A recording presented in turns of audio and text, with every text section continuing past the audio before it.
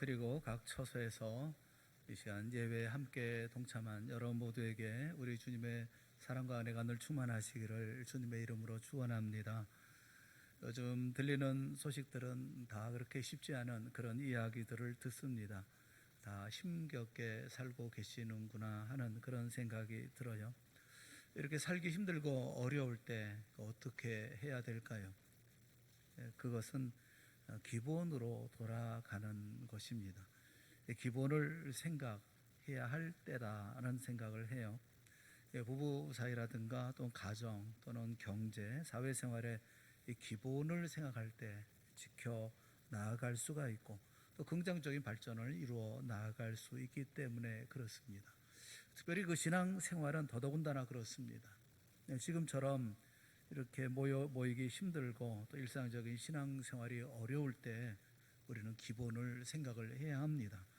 온 세상 만물을 창조하신 하나님을 더욱 신실하게 믿는 것이죠. 그리고 이 땅에 우리를 구원하시기 위해서 오신 예수 그리스도의 그 사랑과 인도하심을 철저하게 신뢰하는 것입니다. 그리고 우리에게 주신 하나님의 말씀을 온몸을 다해서 지켜 나아가는 것, 그것이 바로 기본인 것이죠. 기본을 지켜 나아가는 것이죠. 성경은 자타가 공인하듯이 영원한 베스트셀러라고 합니다. 왜 그렇게 말합니까? 성경이야말로 영원한 진리이기 때문에 그렇습니다. 생명의 양식이고 무엇보다 하나님의 말씀입니다. 예수님도 그렇게 선언하셨습니다. 사람이 떡으로만 살 것이 아니요 하나님의 입으로부터 나오는 모든 말씀으로 살 것이라 라고 말씀하셨죠. 하나님의 말씀이, 성경에 있는 말씀은 우리가 처한 어떤 상황이든지 그 상황이 어떤 상황이든지 만고불변의 진리입니다. 물론 우리에게도 정치 문제 중요합니다. 경제 문제도 중요합니다. 오늘 우리가 처한 이런 코로나19 상황도 중요하죠. 교육이라든가 사회 전반의 문제도 우리가 다 해결해야 할 문제이지만 이 같은 문제에 대해서 그 누구도 우리에게 궁극적인 해답을 줄 수 있는 사람은 아무도 없습니다.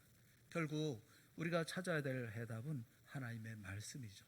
하나님의 말씀 속에서 우리가 해답을 찾아야 되고 하나님의 말씀으로 돌아와야 합니다.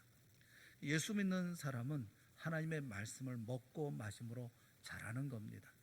말씀을 멀리 떼어놓고 있으면 그 인생이 참 메마르게 되어집니다. 영혼이 굶게 되고 결국 신앙이 시들게 되어지고 그 마침내 신앙의 뿌리까지 마르게 됩니다. 그래서 신앙생활의 성패는 내가 얼마만큼 하나님의 말씀과 끊임없이 지속적인 관계를 잘 유지하고 있느냐 하는 것에 달려 있습니다. 하나님의 말씀으로 하나님과 긴밀하고 지속적인 관계를 잘 유지하는 그런 사람은 믿음의 삶, 생명의 삶을 살게 됩니다. 그런 사람의 신앙은 절대로 낙오되지 않습니다. 하지만 이런 문제가 생기거나 탈이 생기게 되어지면 신앙생활 자체가 어려워지죠. 구약시대나 신약시대는 우리하고는 형편이 좀 많이 달랐습니다.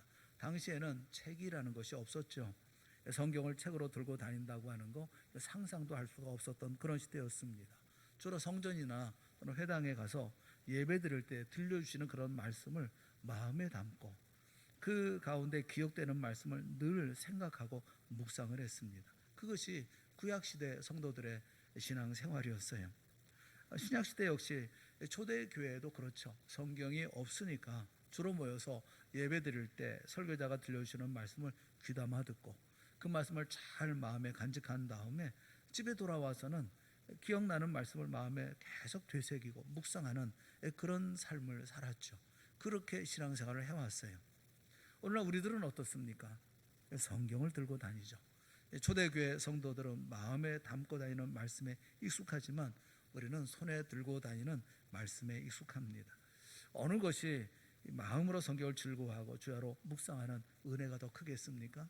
초대교회 성도들일 것이라고 생각을 합니다. 우리는 성경을 들고 다닌다는 것 때문에 성경을 마음에 담는 일이나 또는 성경을 묵상하는 일이나 이런 모든 일에 등한히 한다는 생각이 들어요. 필요할 때마다 바로 펴서 읽으면 되기 때문에 그 말씀을 주야로 묵상하기 위해서 마음속에 놓고 기억하려고 하는 그런 노력은 많이 하지 않는 것 같습니다. 초대교회 성도들은 하지만 기억하지 않으면 안 되고 마음속에 말씀을 묵상하지 않으면 하나님의 말씀을 가까이 할 수가 없었던 거죠. 그래서 이 초대교회 성도들이 우리보다도 영적으로 한 걸음 더 앞서 있지 않았을까 하는 생각이 듭니다. 코로나 시대를 살고 있으면서 우리가 예배도 잘 모이지도 못하고 모임도 갖지 못하고 대화도 힘들고 어떤 어려운 문제가 있어도 같이 이야기 나누기도 힘든 모임도 다 모일 수 없는 그런 시대에 우리가 살고 있지 않습니까? 그래서 우리는 성경 읽기에 힘을 쓰고 있죠. 작년 2020년 상반기 하반기 다 합쳐서 거의 한 100여 분이 성경 읽기에 참여하셨습니다. 2021년도에도 4월달까지 성경 한 번 읽기를 하고 있어요. 온 성도들이 다 같이 참여하는 그런 시간이 됐으면 좋겠습니다. 사랑하는 여러분, 이렇게 우리가 말씀을 읽는 거, 이런 것은 정말 중요한 일입니다. 동산의 모든 성도들이 힘들고 어려운 고난의 때에 하나님의 말씀, 진리의 말씀인 성경을 읽으면서 말씀을 가까이 할 수 있는 우리 모두가 될 수 있기를 주님의 이름으로 축원합니다. 말씀을 읽으면서 관심을 가져야 될 것은 그 말씀을 마음에 담고 즐거워하고 주야로 묵상해야 된다라는 거예요. 중요한 사실이 있습니다. 여러분이 꼭 기억해야 할 것이 있는데 그것이 뭐냐면 우리가 하나님의 말씀을 마음에 담고 묵상하면 사랑하는 여러분, 그 묵상 자체가 하나님과의 대화가 된다는 사실입니다. 이것은 오랜 철학적, 신학적, 역사적인 배경을 가지고 있어요. 헬라의 철학자인 플라톤은 아주 중요한 말을 했습니다. 인간의 생각 자체는 영혼이 보유하고 있는 내면의 대화다, 그런 얘기를 했어요. 생각하는 것, 묵상하는 것은 일종의 대화다라는 것이죠. 내가 묵상한다고 하는 것은 마음으로 대화한다고 하는 것을 의미하는 것이다. 이 철학적인 전통을 그대로 계승했던 위대한 감독이고 신학자인 어거스틴은 거기에 첨부해서 이런 말을 했습니다. 하나님의 말씀을 우리가 마음에 담고 생각하는 것은 우리가 하나님과 직접 대화한다는 것을 의미하는 것이다 라고 말했어요. 그러니까 하나님의 말씀을 묵상하는 것, 그 묵상 자체가 하나님과 내가 대화하는 것이고 대화를 통해서 깨닫는 것, 그것은 하나님이 나에게 주는 음성으로 받아들이는 것이다, 이런 말인 것이죠. 하나님의 말씀, 이 말씀은 하나님의 말씀, 성경은 하나님의 말씀 아닙니까? 이 말씀을 마음에 담고 묵상을 하고 그 말씀을 되뇌어 생각을 하면 하나님과 대화를 나누는 것이고, 그렇게 깨달아지는 부분들이 있는데 그것은 하나님께서 내게 주시는 음성이다라는 거예요. 그러니까 이 하나님의 말씀을 묵상한다는 것이 얼마나 중요합니까? 하나님은 지금도 변함없이 우리와 끊임없이 대화하기를 원하십니다. 우리는 하나님의 자녀가 아닙니까? 하나님은 우리 아버지가 아니십니까? 아버지와 아들 사이의 대화가 끊어진다고 하는 것은 상상도 할 수 없는 일이죠. 우리는 아버지 되신 하나님과 끊임없이 대화하기를 원합니다. 하나님은 우리와 끊임없이 대화하면서 자기 마음속에 있는 뜻과 생각과 모든 것을 우리에게 또 들려주시기를 원합니다. 이렇게 대화를 해야 하는 것이죠. 그 어떻게 대화할 수 있습니까? 우리가 하나님의 말씀을 마음으로 즐거워하면서 깊이 묵상하는 순간 하나님과 대화하는 것입니다. 그리고 묵상한 말씀 가운데 내 마음과 영혼에 깊이 파고 들어오는 음성은 바로 그것이 하나님이 나에게 주시는 음성인 거예요. 저에게도 심각한 슬럼프와 같은 때가 있었어요. 목회도 참 힘들고 더더군다나 설교는 더 힘들었습니다. 차를 타고 가면서 마음이 답답하고 너무 힘이 들어서 잠시 주차를 했습니다. 그리고 성경을 펴서 읽었습니다. 성경을 펴서 읽으면서 예레미야서를 읽게 되어졌는데 성경을 펼치자마자 예레미야 1장 6절에 있는 말씀이 제 마음속에 들어와 확 박혀버리고 말았습니다. 이런 말씀이에요. 내가 이르되 슬프도소이다 주 여호와여 보소서 나는 아이라 말할 줄을 알지 못하나이다 하니, 예레미야가 하나님께 호소하는 그런 말씀인데, 기도인데 이 말 제 마음이 고스란히 성경에 기록되어져 있더라고요. 슬프도소이다 주 여호와여 보소서 나는 아이라 말할 줄을 알지 못하나이다. 제가 그랬습니다. 말할 줄도 모르고 아무것도 할 줄 모르는 제 자신이 주님의 일, 목회를 한다고 하는 게 얼마나 답답하고 힘든 일인지 탄식하고 한탄하고 있었어요. 그러자 하나님은 성경을 통해서 제게 말씀하시는 것입니다. 그 다음 절 예레미야 1장 7절 말씀에 보면 여호와께서 내게 이르시되 너는 아이라 하지 말고 내가 너를 누구에게 보내든지 너는 가며 내가 네게 무엇을 명령하든지 너는 말할지니라 라고 말씀을 하고 계십니다. 내가 너를 누구에게 보내든지, 내가 할 수 있는 게 내 능력으로 하는 것이 아닌 것이죠. 주님께서 보내면 가는 것이고, 명령하면 말씀하는 것, 말씀을 전하는 것이지, 그게 제야 일이 아니겠어요? 저는 그 말씀을 읽으면서 깨달아지고, 그리고 마음속에 큰 위로가 되고 얼마나 감격하는지. 그래서 그 차를 세워놓고 성경을 보다가 그만 펑펑 눈물 흘리면서 울고 있었어요. 뭐 지나가던 사람들이 보았다면 다 이상하게 보았을 것입니다만, 그러나 제게는 얼마나 그 순간이 환희의 순간이든지 말씀을 보면서 눈물을 흘리면서 주여 감사합니다, 감사합니다, 이렇게 말씀으로 제게 이렇게 위로하시고, 또 그리고 내가 무슨 일을 하고 있는지를 알려주시니 감사합니다. 저는 주님의 명령에 그냥 순종하겠습니다, 이런 마음을 가졌어요. 그 이후로 저는 낙심해 본 적이 없어요. 좌절해 본 적이 없습니다. 아무리 힘들고 어려워도, 아무리 짓밟히고 아무리 모욕과 억울함을 당해도 제게 주어진 길에서 벗어나 본 적이 없습니다. 그리고 이 말씀이 오늘도 제 마음속에 여전히 든든히 있어요. 너는 누구에게든지 보내면 너는 가며 무엇을 명령하든지 너는 말할지니라 하는 말씀이 제 마음속에 있어요. 우리는 분명히 하나님의 음성을 들을 수 있는 관계에 있습니다. 우리는 성경을 읽고 공부하면서 자칫 적용하는 데만 신경 쓸 위험이 있어요. 말씀을 읽고 배운 다음에 생활에 그대로 순종하고 적용하는 거, 이거 굉장히 중요합니다. 그런데 그것보다 더 중요한 것은, 거기에 만족해서 안 될 것은 성경을 내 마음에 담고 묵상하면서 하나님과 대화하는 것, 그것은 훨씬 더 소중하게 다뤄야 할 그런 사실이라는 것입니다. 그럼에도 불구하고 교회 다니는 많은 분들이 하나님의 말씀을 멀리하고 있는 그런 생각이 들어요. 여러분은 어떻습니까? 당황스러운 일을 만나면 하나님의 말씀이 내 마음속에 떠오르고, 그래서 지혜롭고 현명하게 또 믿음의 사람으로서 잘 대처하고 잘 해결해 나가십니까? 힘들고 정말 견디기 어려운 일을 만날 때, 그럴 때 하나님의 말씀을 통해서 내가 위로받고 또 새로 힘을 얻고 또 능력이 되고 또 말씀이 나를 지탱해 주고 인내하고 또 견디고 이기게 해 주십니까? 주일 예배를 드리고 돌아가는 사람들을 대상으로 어느 설문기관에 내서 조사를 했어요. 조사를 해보니까 예배 드리고 돌아가는 분들 중에 약 52% 이상이 다음 예배에 나올 때까지 성경을 보지 않는다는 것입니다. 그러니까 예배 시간에만 성경을 펴보는 거죠. 물론 예배 시간에 안 나오는 사람보다는 예배 시간에 나오는 사람이 훨씬 낫지만, 한 주간 동안 하나님과 깊은 대화를 한 번도 가지 못한다고 하는 그런 점에서는 참 안타까운 일이 아닐 수가 없어요. 하나님의 음성에 귀를 기울일 기회가 전혀 없는 거죠. 하나님과 단 한 번의 대화도 나누지 않는다는 겁니다. 이것은 결코 자랑할 만한 그런 신앙생활이라고 말할 수는 없을 것입니다.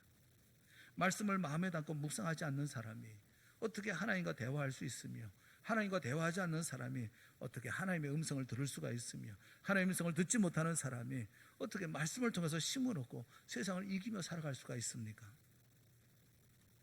그래서 어떻게 하면 말씀을 즐거워하고 주야로 묵상할 수 있을지를 우리는 고민해야 합니다. 이렇게 우리가 고민하면서 말씀을 즐거워하고 주야로 묵상하는, 이런 말씀을 묵상하는 생활을 실천하면 복 있는 자가 된다. 시편 1편에 보면 복 있는 사람은 주야로 말씀을 묵상한다, 그렇게 말씀하시죠. 그리고 그런 사람은 그가 하는 모든 일이 다 형통하다, 그렇게 말씀을 하셔요. 우리 동산의 모든 성도들이 다 복이 있는 분들이 되시기를 주님의 이름으로 축원합니다.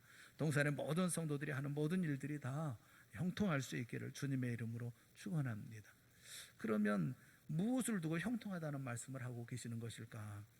저는 이 말씀을 시편 119편과 연결해서 주님의 말씀을 주야로 묵상하는 사람이 누리는 형통이 어떤 것일까 하는 것을 함께 말씀을 좀 살펴보려고 합니다.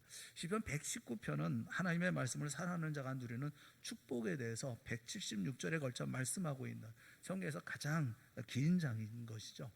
여기서 발견할 수 있는 내용 세 가지가 있어요. 그 세 가지를 같이 말씀을 나누면서 은혜가 됐으면 좋겠습니다. 주님의 말씀을 묵상하는 사람이 누리는 형통이 있습니다. 그 첫째가 뭐냐면 거룩함의 형통함이 있습니다. 주의 말씀을 주야로 묵상하는 사람은 거룩함을 이루는데 형통합니다. 이 거룩함이라는 게 뭡니까? 악인의 꾀를 따르지 않고 죄인의 길에 서지 않고 오만한 자들의 자리에 앉지 않는 것, 그것이 거룩함이다 라고 시편 1편 1절은 말씀하고 있습니다. 죄인과 가까이 사귀지 아니하고 죄를 용납하지 않고 하나님의 자녀로서 하나님의 자녀 다움을 지키는 것을 일컬어서 거룩이다, 이렇게 말씀을 하고 있어요. 만약에 우리가 이 거룩에 대해서 실패해버리면, 여러분 아무리 기도하고 아무리 설교를 듣고 뭐 아무리 공부를 하고 그래 은혜 받았다 할지라도 그분의 신앙생활은 이미 줄줄 세워버리는 그런 신앙생활이 되어져 버리고 맙니다. 은혜를 간직할 수 없다는 거예요. 은혜를 받으면 뭘 합니까? 계속 거룩을 지켜나가지 못하면 계속해서 은혜는 새는 것이죠. 죄와 가까이 하고 죄를 짓고 그리고 잘못된 생활에 빠지면 아무리 큰 은혜를 받았다 할지라도 아무 소용이 없습니다.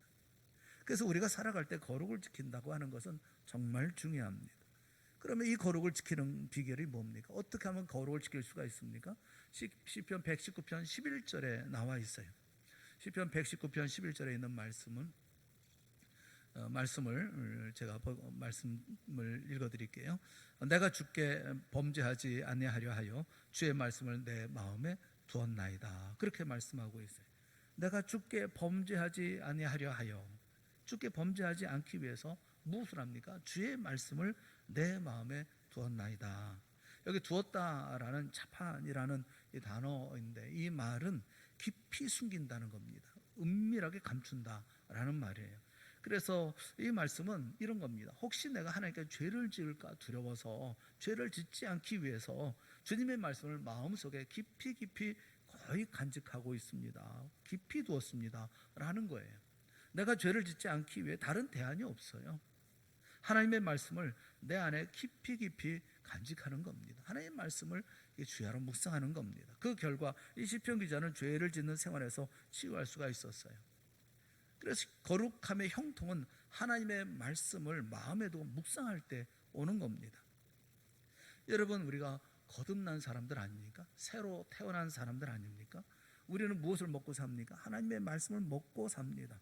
우리가 하나님의 말씀을 마음에 두면 그 말씀이 모든 더러운 죄악에 이런 폐수를 막는 방수벽이 되어져서 죄로부터 우리를 보호한다는 거죠.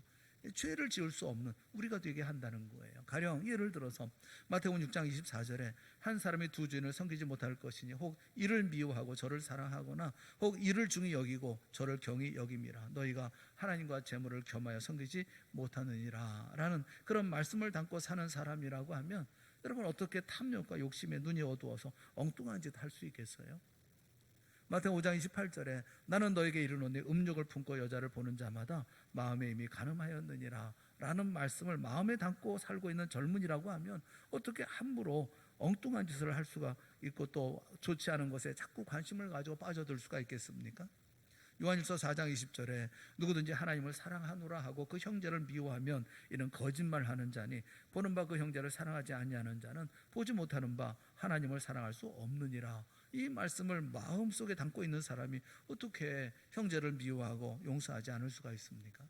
하나님의 말씀을 마음에 담고 있으면 우리는 거룩에 승리할 수가 있습니다. 우리는 거룩에 형통한 자가 될 수가 있어요. 뒤집어 얘기하면 우리가 왜 거룩을 이루어나가지 못합니까? 말씀을 마음에 담고 있지 않기 때문에 그런 것 아니겠습니까? 그 말씀을 읽으면서 그 간절함이 느껴지는 그런 말씀이 있어요. 마가복음 9장에 보면 귀신 들린 아들을 제자들이 데리고 왔던 그 아버지의 간절한 마음이 많이 느껴집니다. 아들은 아무 데서나 거꾸러지고 거품을 흘리고 이를 갈고 파리해집니다. 이런 아들을 예수님의 제자들에게 데리고 왔는데 제자들이 고쳐주지를 못하잖아요. 이것 때문에 변론이 일어나고 이렇게 복잡해집니다. 때마침 예수님께서 기도하시다가 내려오시죠. 오셔서 물어보십니다. 언제부터 이렇게 되었느냐? 이렇게 물으셔요. 그 말씀 속에 언제부터 이렇게 되었느냐? 이렇게 말씀 속에 그 걱정이 있고 또 그 안쓰러움이 있고 그런가 하면 또 그 사랑이 푹 담겨 있지 않습니까? 그런데 아버지는 예수님께 화가 난 듯이 이렇게 말씀을 드립니다. 마가복음 9장 22절에 보면 귀신이 그를 죽이려고 불과 물에 자주 던졌나이다. 그러나 무엇을 하실 수 있거든 우리를 불쌍히 여기서 도와주옵소서 오라고 이게 뱉어내듯이 얘기를 합니다. 귀신이 그를 죽이려고 언제부터 이렇게 됐냐? 그러면 언제부터입니다. 이렇게 하면 될 터인데 그렇게 얘기를 하지 않아요? 불과 물에 자주 던졌습니다. 뭘 할 수 있다고 한다면 하면서 퉁명스럽게 대답을 합니다. 그때 예수님께서 그렇게 말씀하시죠. 할 수 있거든이 무슨 말이냐? 믿는 자에게는 능히 하지 못할 일이 없느니라. 그렇게 말씀을 하셔요. 그러자 그 아버지가 소리를 지릅니다. 소리를 지르면서 부르짖습니다. 마가복음 9장 24절에 보면 그 아이의 아버지가 소리를 질러 이르되 내가 믿나이다. 나의 믿음 없는 것을 도와주소서 하더라. 아버지는 억울하고 속상한 심정으로 목소리를 높이지 않습니다. 예수님께 대들지 않아요. 토론하자 이러지 하지 않습니다. 싸우려고 하지 않습니다. 나의 믿음 없는 것을 도와주소서. 이 말 피스테우오 보에데이 무테 아피스티아라는 말인데, 이 피스테우오라는 말은 믿는다, 신뢰한다. 이게 현재 능동체로 되어져 있어요. 내가 믿으려고 합니다. 믿고 싶습니다. 이런 얘기죠. 내가 믿으려고 합니다. 거기다가 보에데오 무, 도와주소서. 도로 와달라는 거죠. 2인칭 당수 능동체로 되어 있어요. 당신이 나를 도와달라는 거예요. 당신이 나를 도와주세요. 어떤 것을 도와달라는 겁니까? 테아피스티아, 불신앙, 불충성, 불충실, 불신, 이것을 도와달라는 겁니다. 이거 아버지는 이렇게 부르짖고 있는 거예요. 제가 믿으려고 합니다. 믿고 싶습니다. 저는 믿고 싶습니다. 그런데 제게 믿음이 없습니다. 믿음이 없습니다. 믿고 싶어도 믿음이 없습니다. 그러니 주님, 저를 도와주세요. 나를 도와주세요. 나를 도와줘서 저로 믿게 하여 주시옵소서. 그 간절한 마음을 알 것도 같아요. 사랑하는 성도 여러분, 우리가 그래야 되지 않습니까? 우리가 그래야 되잖아요. 싸우려고 들지 말고, 이 사람 저 사람에게 분노하지 말고, 이 상황을 가지고 비관하고 비판하지 말고, 솔직하게 제게 믿음이 없습니다. 믿고 싶습니다. 믿음으로 살고 싶습니다. 고백하며 울며 불며 주님의 도움 구해야 되는 거 아니겠습니까? 서로 믿게 하여 주시옵소서. 믿음을 가지고 살게 하여 주시옵소서. 주님의 말씀을 내가 든든히 붙잡고 나가 싸우게, 이 모든 것들을 이겨나갈 수 있게 하여 주시옵소서 해야 되는 것이지, 주변에 있는 사람들 힘들게 만들고 이 사람 저 사람 핑계하고 비난하고 못살게 굴고 화내고 분노하고 왜 그러는가 말이에요. 왜 거르고 이루지 못합니까? 사랑하는 여러분, 우리가 범죄하고 실수하는 이유는 우리 마음이 비어있기 때문에 그렇습니다. 하나님의 말씀을 내 마음에 채워야죠. 하나님의 말씀을 주야로 묵상해야죠. 그러면 말씀이 나로 하여금 죄를 거부하게 하고 죄를 이기게 하고 죄로부터 오는 모든 해악한 것들을 다 멀리하게 만들지 않습니까? 우리가 하나님의 말씀을 주야로 묵상하며 우리는 거룩하며 형통을 이루며 살아갈 수가 있어요. 두 번째로, 우리 형통한 것이 또 있어요. 주의 말씀을 주야로 묵상하는 사람에게는 위로를 받는 형통이 있습니다. 시편 119편 50절을 보면 이렇게 말씀을 해요. 이 말씀은 나의 곤란 중에 위로라. 주의 말씀이 나를 살리셨기 때문이니라. 때문이니다 라고 말씀을 합니다. 여러분, 인생 살면서 곤란한 일들을 만날 때가 한두 번이 아니잖아요. 낭떠러지기에서 떨어질 듯한 그런 절망감을 느낄 때도 한두 번이 아니지 않습니까? 내 힘으로 도무지 어떻게 할 도리가 없구나, 이런 좌절을 느낄 때가 한두 번이 아니잖아요. 이럴 때 하나님의 말씀은 나를 위로합니다. 말씀이 내게 능력이 되어줍니다. 나로 하여금 긍지를 갖게 만들고 사람을 두려워하지 않는 용감한 사람으로 만들어요. 그래서 주의 말씀이 나를 살리셨습니다. 이렇게 말씀하잖아요. 이 말씀이 나의 곤란 중에 위로라. 그 위로의 말씀을 듣고 그 말씀이, 주의 말씀이 나를 살리셨습니다. 이렇게 얘기하고 있잖아요. 우리가 하나님의 말씀을 마음에 묵상하면 위로를 받게 될 뿐만 아니라 힘과 능력의 풍성한 사람이 되어집니다. 성도들 가운데 성경을 필사하는 분들이 계셔요. 참 대단한 분들이십니다. 평생에 성경 한 권 쓰는 것도 쉽지 않은데 어떤 분은 벌써 성경을 여러 권 쓰셨고 지금도 쓰고 계십니다. 참 귀한 분들이라고 생각을 해요. 이렇게 성경을 읽고 쓰고 외우면서 하나님의 말씀을 마음에 담고 주야로 묵상하여 해서 내 것으로 만들면 그 말씀이 능력이 되고 나에게 힘이 되고 나를 치유하여 주시고 나로 하여금 아무도 대적할 수 없는 강한 사람을 바꿔놓습니다. 하나님이 나와 함께 하신다는 확신을 아무도 흔들지 못하는 강한 사람이 되어집니다. 여러분, 그렇다고 한다면 누가 이런 사람을 상대할 수 있겠어요? 그 마음에 하나님의 말씀을 가지고 흔들림이 없이 언제나 어떤 상황을 할지라도 주의 말씀으로 위로받고 주의 말씀으로 힘을 얻고 다시 일어서는 이런 사람을 세상에 누가 이길 수가 있겠어요? 마태복음 15장을 보면 헬라인이고 수로보니게 여인이 가나안 여자가 예수님을 찾아 나옵니다. 마태복음 15장 22절에 보면 주 다윗의 자손여 나를 불쌍히 여기소서 내 딸이 흉악하게 귀신 들렸나이다 호소합니다. 자기 딸이 흉악한 귀신이 들린 거예요. 그래서 그 딸을 예수님께 앞에 데리고 나오질 못합니다. 데리고 올 수가 없는 그런 딸인 거예요. 그러니 그런 딸을 두고 있는 어머니의 마음이 어떻겠어요? 울며 불며 소리를 지르며 호소하죠. 내 딸을 고쳐주시옵소서. 그런데 예수님은 한 말씀도 대답하지 않으시다가 또 그 여인이 계속해서 소리를 지르니까 한 말씀 하십니다. 마태복음 15장 24절에 보면 예수께서 대답하여 이르시되 나는 이스라엘 집에 잃어버린 양 외에는 다른 데로 보내심을 받지 아니하였노라 이렇게 말씀을 하셔요. 그리고 이어서 계속 이렇게 말씀하십니다. 자녀의 떡을 취하여 개들에게 던짐이 마땅하지 아니하니라. 아주 매정하게 대답을 하십니다. 그런데 이 여인을 보세요. 마태복음 15장 27절에 보면 이렇게 얘기를 합니다. 여자가 이르되 주여 올소이다마는 개들도 제 주인의 상에서 떨어지는 부스러기를 먹나이다 하니 이 말을 들은 예수님이 내 믿음이 크도다 내 소원대로 되리라 하시고 그때로부터 그의 딸이 나으니라. 이 딸이 건강해졌다 그렇게 말씀을 합니다. 그러면 이제 생각해 봅시다. 예수님이 여인의 무엇을 보고 내 믿음이 크도다 라고 하신 것일까요? 도대체 뭘 보고 이 여인 내 믿음이 크도다 이렇게 말씀하신 걸까요? 예수님이 자신의 딸을 고쳐주실 것이라고 믿는 그 믿음이 큰 것입니까? 아니면 예수님이 개라고 말씀하셔도 물러서지 않는 이런 것이 큰 것입니까? 반드시 딸을 고쳐내야 말겠다고는 강한 일념을 가지고 서는 것이 이런 것이 대단한 것입니까? 마가복음 7장 29절에 보면 그 단초를 볼 수가 있어요. 예수님께서 왜 믿음이 크도다라고 말씀하셨는지를 볼 수가 있습니다. 우리 한번 같이 봅시다. 시작. 예수께서 이르시되 이 말을 하였으니 돌아가라 귀신이 내 딸에게서 나갔느니라 하시매. 이 말을 하였으니 돌아가라. 이 말을 하였으니 무슨 말을 했다는 겁니까? 이 말을 했죠.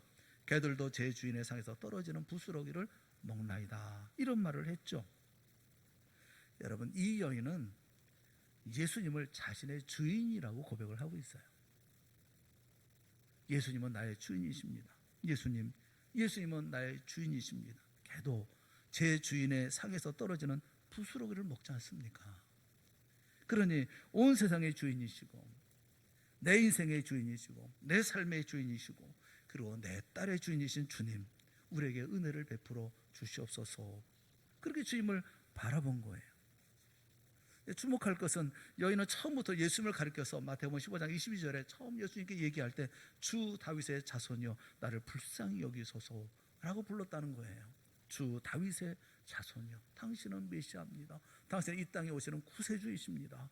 내 인생의 주인, 이 땅의 주인, 우리 삶의 주인이십니다 라고 얘기를 하고 있는 거예요. 이 여인은 자신을 개라고 부른다고 해도 딸을 고치기 위해서 예수님께 갖은 수모를 무릅쓰고 매달렸던 것이 아닙니다.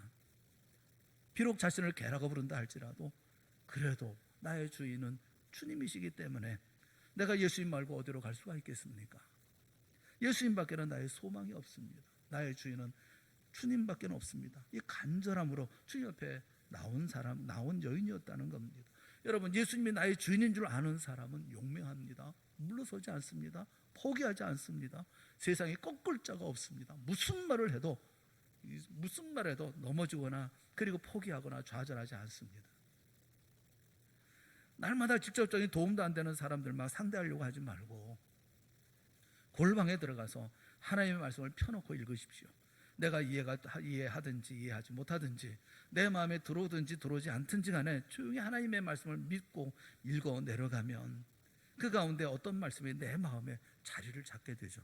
그리고 그 말씀은 눈을 떠도 안 잊어버리고 눈을 감아도 잊어버리질 않습니다. 나도 모르게 주야로 묵상하는 그런 말씀이 됩니다. 그 말씀은 하나님과 대화를 통해서 하나님께서 내게 주신 음성이기 때문에 그래요.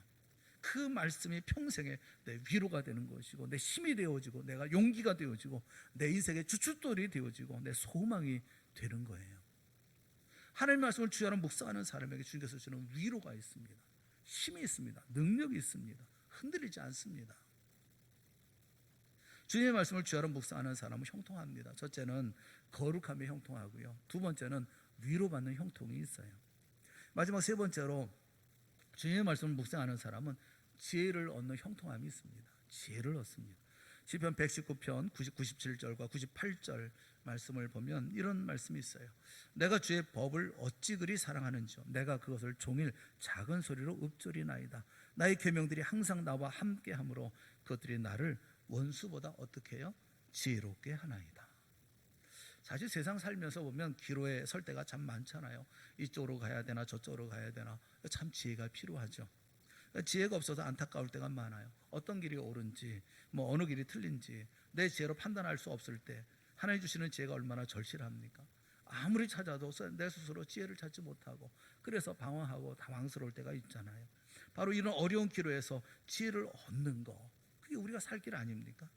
잠언 3장 18절 말씀에 보면 지혜는 그 얻은 자에게 생명나무라. 지혜를 가진 자는 복되도다. 그렇게 말씀하셔요. 지혜는 그 얻은 자에게 생명나무예요. 생명나무. 지혜를 얻은 사람은 생명나무라는 거예요. 지혜를 가진 자는 복되다고 말씀합니다. 잠언 24장 3절 말씀에도 보면 집은 지혜로 말미암아 건축되고 명철로 말미암아 견고하게 되며 그렇게 말씀하고 있어요. 집은요 지혜로 말미암아 건축되는 겁니다. 명철로 말미암아 견고하게 되어지는 겁니다. 여러분, 이 지혜는 참 중요해요. 지혜가 있는 사람의 가정, 지혜가 있는 사람의 삶, 그 삶은 생명의 삶을 살고 복된 삶을 살고 그 집이 건축되고 견고하게 되어진다고 말씀을 하고 있어요. 여러분, 지혜라는 것이 경험을 통해서라든가 세상의 학문을 통해서 또는 존경하는 분들을 통해서 얻을 수도 있습니다. 그러나 정말 중요한 지혜는, 포배처럼 값진 지혜는 하나님의 말씀을 통해서 얻어요. 하나님의 말씀이 있을 때 가정이 세워지고 인생이 세워집니다. 가시곡이라고 하는 소설이 있죠. 그래서 유명해진 이 소설을 써서 유명해진 작가가 있는데 조창인 씨의 이야기예요. 이분은 다른 일을 하다가 이제는 소설만 써야 되겠다 이렇게 결심을 했습니다. 처음에 한두 권 소설을 썼을 때는 그런 대로 잘 팔려서 자신감도 좀 얻었습니다. 근데 서너 권 정도 이렇게 책을 썼을 때 이상하게 책이 잘 팔리지를 않는 겁니다. 점점 팔리는 부수가 떨어지다가 나중엔 제로가 됐어요. 작가로서의 길을 걷는데 자기가 쓴 책이 팔리질 않으니까 좌절이 되고 범민이 되는 거예요. 이거 가야 되나 말아야 되나, 해야 되나 말아야 되나 이런 생각이 들지 않습니까? 그러는 와중에 불치병을 앓고 있는 아들과 씨름하면서 고생스럽게 살고 있는 친구가 있어요. 그 친구를 찾아가서 그 친구의 형편을 옆에서 보면서 이야기를 들으면서 힌트를 얻게 됐습니다. 어떤 힌트냐면 병든 자식을 둔 부모의 심정을 소설로 한번 써보면 좋겠다. 그래서 이 가시곡이라는 그런 소설을 쓰기 시작했다는 겁니다. 백혈병을 앓고 있는 아들의 병을 치료하기 위해서 안간힘을 씁니다. 그 아버지가 급기야 병원비를 충당하기 위해서 그리고 이제 이 골수 이식 수술을 하도록 하면서 수술비가 없으니까 각막을 기증하는 데까지 소설을 썼어요. 그런데 다음부터 어떻게 이 소설을 마무리해야 될지 도무지 실마리가 풀리지를 않는 겁니다. 어떻게 소설을 마무리해야 되지? 기도도 하고 부르짖기도 했는데 생각이 없는 거예요. 생각은 허공을 헤매고 출판사와 약속한 날짜는 점점 다가오고 피가 말리죠. 이런 어려운 가운데 있었죠. 그런 어느 날 성경을 조용히 펴놓고 하나님 앞에서 기도하면서 성경을 읽었습니다. 그날 읽었던 성경 말씀은 예수님이 우리 죄를 위해서 십자가를 지시는 이런 순환의 장면이 담겨있는 그런 말씀이었습니다. 하나님의 아들이 우리를 위해서 우리의 죄를 짊어지시고 말없이 십자가에서 생명을 희생하는 모습을 묵상하고 있었습니다. 그런데 갑자기 번쩍하고 지나가는 아이디어가 있었어요. 하나님이 주시는 영감이었습니다. 이런 은혜죠. 그 지혜이죠. 예수님이 우리를 위해서 희생하신 것처럼 이 소설 마무리를 아버지가 아들을 위해서 완전히 죽어 희생하는 것으로 끝맺어야 되겠다라는 착상이 떠오른 거예요. 그래서 그렇게 소설을 마무리했습니다. 다 쓴 원고를 출판사에 들고 가면서 한 10,000권 정도만 팔려도 참 좋겠다 이렇게 생각을 했다고 그래요. 그런데 당시는 IMF가 터진 그런 때였기 때문에 생각 이상으로 많이 팔렸습니다. 140만 권이 팔려나갔습니다. IMF로 실직을 당한 아버지들이 이 가족에서 고생하는 이런 사회적 상황과 잘 맞아 떨어져서 많은 아버지들의 눈에서 눈물을 흘리게 하는 그런 소설이 되었다는 거예요. 여러분, 하나님이 지혜를 주시면 밑바닥에 떨어진 사람이라 할지라도 당장 꼭대기로 올라갈 수가 있어요. 하나님이 주는 지혜는 어떤 절망적인 상황에서도 우리의 형편을 돌려놓을 수가 있습니다. 하나님의 말씀을 놓고 묵상하십시오. 가까이 놓고 묵상하십시오. 그 말씀을 마음에 담고 하나님과 깊은 대화를 나누는 사람은 하나님 필요할 때마다 지혜를 주십니다. 성경은 지혜의 보고예요. 저는 가끔 그런 생각이 들어요. 저분은 솔로몬에 대해서 좀 더 깊이 읽고 묵상을 했더라고 하면 저런 인생을 살지는 않을 텐데, 저분은 베드로에 대해서 좀 연구하고 배웠더라면 저렇게 어리석은 인생의 결말을 맺지는 않을 텐데, 뭐 이런 생각이 들 때가 있어요. 사랑하는 여러분, 하나님의 말씀 성경을 가까이 하십시오. 어떻게 하면 말씀을 즐거워하고 주야로 묵상할 수 있을까? 각자가 편하고 좋은 방법을 찾으십시오. 읽는 것입니까? 테이블 듣는 것입니까? 큐티를 하는 겁니까? 성경을 쓰는 것입니까? 어떤 방법인지 자기의 좋은 방법을 택해서 하나님의 말씀을 내 마음에 담을 수 있도록 하십시오. 그 말씀을 그리고 즐거워하십시오. 그 말씀이 주야로 내 머리에서 떠나지 않게 하십시오. 내가 이렇게 말씀을 묵상하는 시간, 지금 나는 하나님과 대화하고 있는 거야. 이 말씀 속에 하나님의 음성이 있지. 이 음성을 들으면 형통한 자가 되는 거야. 거룩함의 형통, 위로의 형통, 또 지혜의 형통을 누릴 수가 있어. 여러분, 우리는 얼마든지 누구든지 복된 자가 될 수가 있습니다. 다시 한번 여러분에게 성령의 음성이 들려질 수 있기를 바랍니다. 내가 왜 지금까지 낙심하고 있는지, 왜 좌절하고 있는지, 왜 실망하고 포기하고 있는지, 하나님이 주시는 능력과 위로와 힘을 경험하고 있지 못하고 있는지, 또 눈앞이 캄캄하고 암담할 때 지혜로운 그런 어떤 아이디어나 충고를 얻지 못하고 살아가는지, 그 원인을 여러분 한번 살펴보세요. 내 마음에 하나님의 말씀이 비어 있는데 원인이 있는 것 아닙니까? 이제부터 어리석은 일을 반복하지 말고 하나님의 말씀을 가까이 하십시오. 날마다 말씀을 마음에 담고 묵상을 하십시오. 그리고 하나님과의 대화 가운데서 주의 음성을 듣는 우리 모두가 될 수 있기를 바랍니다. 그러면 여러분은 인생은 반드시 성공하는 인생이 되어질 것입니다. 거룩한 인생, 위로받는 인생, 지혜로운 인생을 살게 되어지는 형통을 누리게 되어질 거예요. 말씀을 가까이 하면서 이 세상을 이기고 승리하며 힘있고 능력 있는 강자로서, 용맹한 사람으로서 이 땅의 삶을 살아가는 우리 동산의 모든 성도들이 다 되어질 수 있기를 주님의 이름으로 축원합니다. 우리 함께 기도하겠습니다. 사랑의 하나님 아버지, 우리에게 은혜를 베풀어 주시옵소서.